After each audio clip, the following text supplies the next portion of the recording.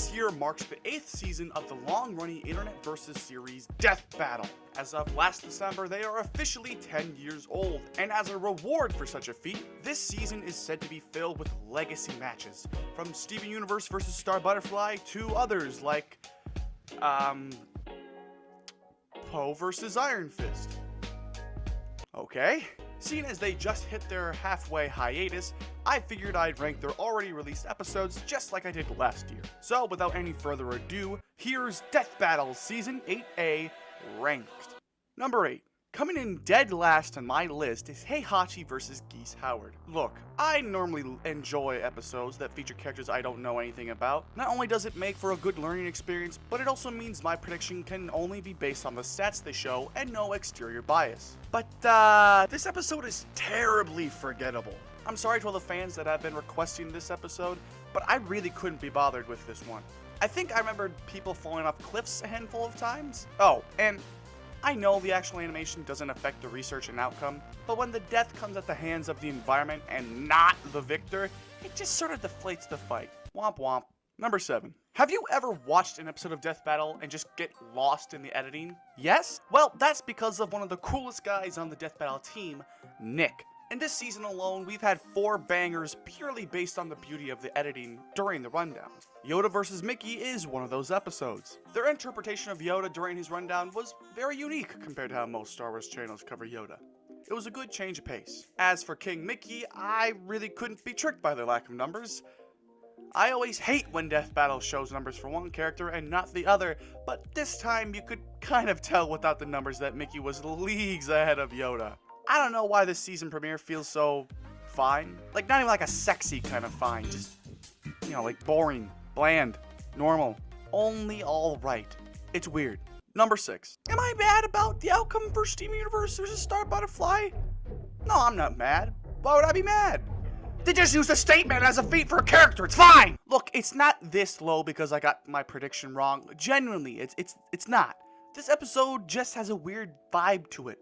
Steven's rundown has this awkward flow to it where they start with the Diamond Authorities clash with Rose, insert a feat in the middle of the storytelling and give it a number value, then move on as if nothing happened. Once they get to talking about Steven, it just sort of starts moving on from Rose to Steven as if that isn't a big transition in part of the character. As for Star, I feel like they spend a bit too much time talking about her human puberty, but it's fine. The animation here also feels in the same vein as last season's Danny vs. Jake. They just move a bit wonky.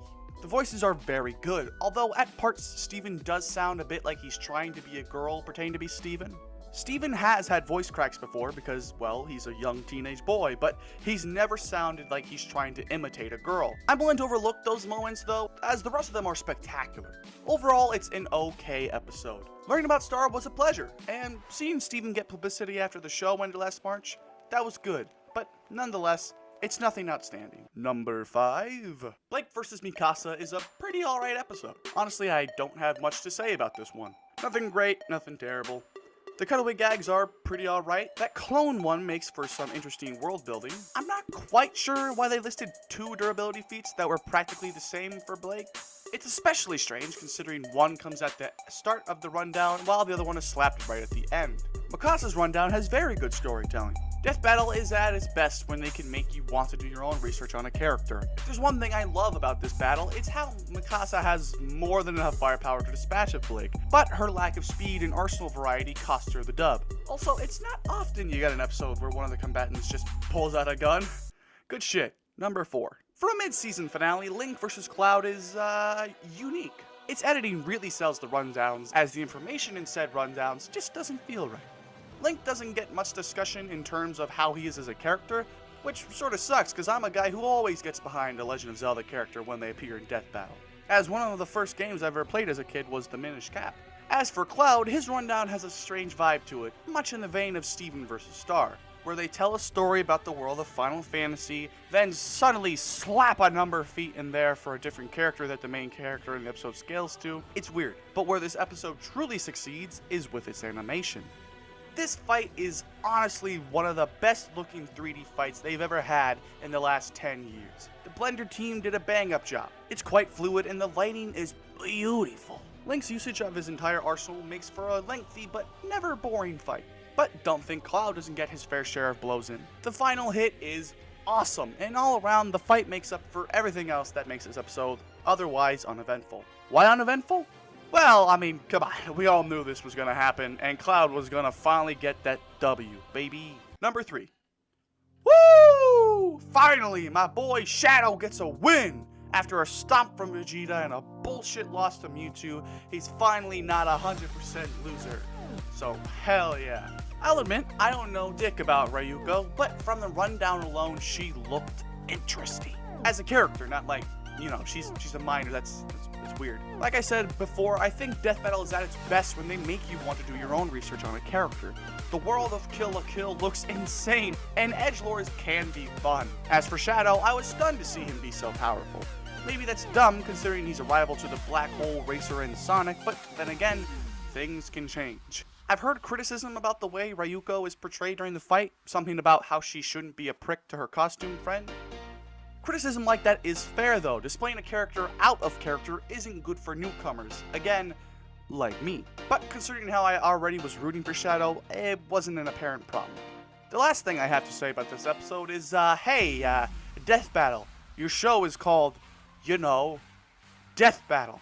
The caption of which says you analyze each fighter's weapons, armor, and skills. While looking into the character is also a part of that, your show isn't called the Social Justice Warrior Program. How is it that you both criticize gratuitous fan service from the show, but also have your animation team hand draw the character's tits and ass? And the ass was a close-up. Let you make up your minds. Number 2. Iron Fist vs. Poe was one of those episodes where you go into it thinking, what the hell is going on? And why is this panda so powerful? I really didn't get why Iron Fist was being paired up with Poe until their connections were given, and sure, it works, I guess. Personally, I think Danny deserved a more respectable opponent for his first and last death battle, but now that I think about it, learning about Poe is probably one of the best things this episode has going for it. Analyzing a kid's animated franchise and discovering genocide, asteroid destruction, and the goddamn afterlife in a Jack Black series is insane! On the subject of animation, I personally wasn't a fan at first of having 2D fights with 3D backgrounds, but this fight looks fantastic. The sprites for both characters aren't goofy. In fact, Poe's is actually quite on point for a character who, to my knowledge, hasn't had any sprite games with him in it. I do love the scene where Danny kept slipping free from Poe's grip for the whooshy finger hold. And the fact that the Mad Lads fought as 2 dragons in the afterlife was incredible. Oh, and just when I thought I didn't have to remind Death Battle about its purpose, we get hit with more of the social justice warrior crap with both of the hosts complaining about how crude Danny's full power was. Boomstick having a problem with this statement really is the most out of character, considering he's all about guns and explosions. And, you know, so it just doesn't sit right with me. And also, who cares if you use one tragedy for a point of reference? As Zack Snyder once said, get your 9/11 faces on, baby. Things are getting dark. My numero uno episode of Season 8 thus far is Lex Luthor vs. Dr. Doom. It's not often that Death Battle has 2 returning combatants in the same episode, but when they do, well, it makes me a little sad. In a season of, let's do all the most requested episodes, you choose to use 2 returning characters instead of, say, I don't know, doing a highly requested episode with 2 franchises that haven't featured or at least don't feature often on the show? Why? And why is this the matchup? If Doom was to return, why not use Black Adam? But that's less to do with the episode itself and more to do with the way they organized this celebratory season. The episode itself has the absolute best editing in all of Death Battle history, thanks again to my boy, Nick Kramer. The way the panels come to life during both rundowns really pull me into the worlds of DC and Marvel like no episode before. This episode honestly beats out the others just for its spectacular editing. The animation is nothing to praise really. This isn't to say that it's bad, it just doesn't have as much oomph as others on this list. There are some parts that do stand out though. Doom's repetitive foot dive does make me chuckle. The use of both combatants' arsenals keeps everything fresh, and although it makes me wonder where the time bomb was during Vader vs. Doom, whatever, and Luthor getting to batter Doom around as a Kryptonian madman is badass. The end of the fight is also good, with Doom swapping bodies with Luthor to get the last blow with a classic, "Why are you hitting yourself?" Speaking of which, that final blow is a nice reference to when Luthor was similarly messed up in the comics. but I don't understand how an attack capable of dicing up someone with Superman levels of durability can't bring a building down. Oh, and one last thing for the fight, they do something similar to Luthor's previous fight where the opponent ends the animation with the line time back to one from the comics, but Doom's doesn't leave as much as a sting as Iron Man's did. If there's one thing I really truly didn't like about this episode, it was one more instance of Death Battle momentarily becoming the social justice warrior program show with a boring, stale Trump joke. Because yes, what this episode really needed was the Death Battle team's opinion on the 45th president. That was the squeaky wheel that was holding Death Battle back this entire season. Anyway, with all the episodes ranked, before you guys go, I'm going to hit you with some stats. So far this season, we have seen 5 new seasons introduced to the show. That is already more series introduced in the first half of this season compared to Season 7, which also had 5 new series, but over the span of 20 episodes. In terms of returning franchises, Marvel has featured only 2 times so far, with DC sitting at 1. King Mickey is the first Kingdom Hearts character to feature since Season 5 and has helped continue their 100% win streak. Ruby featured another character after being absent for Season 6.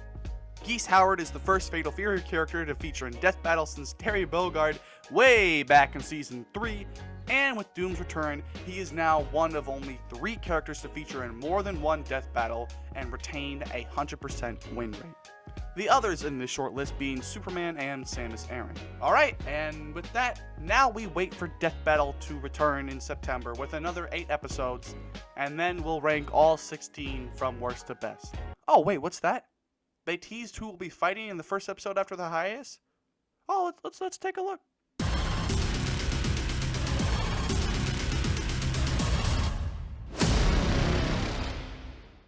Why, oh god, fucking why are we using Batman again? We've done this shit 5 times.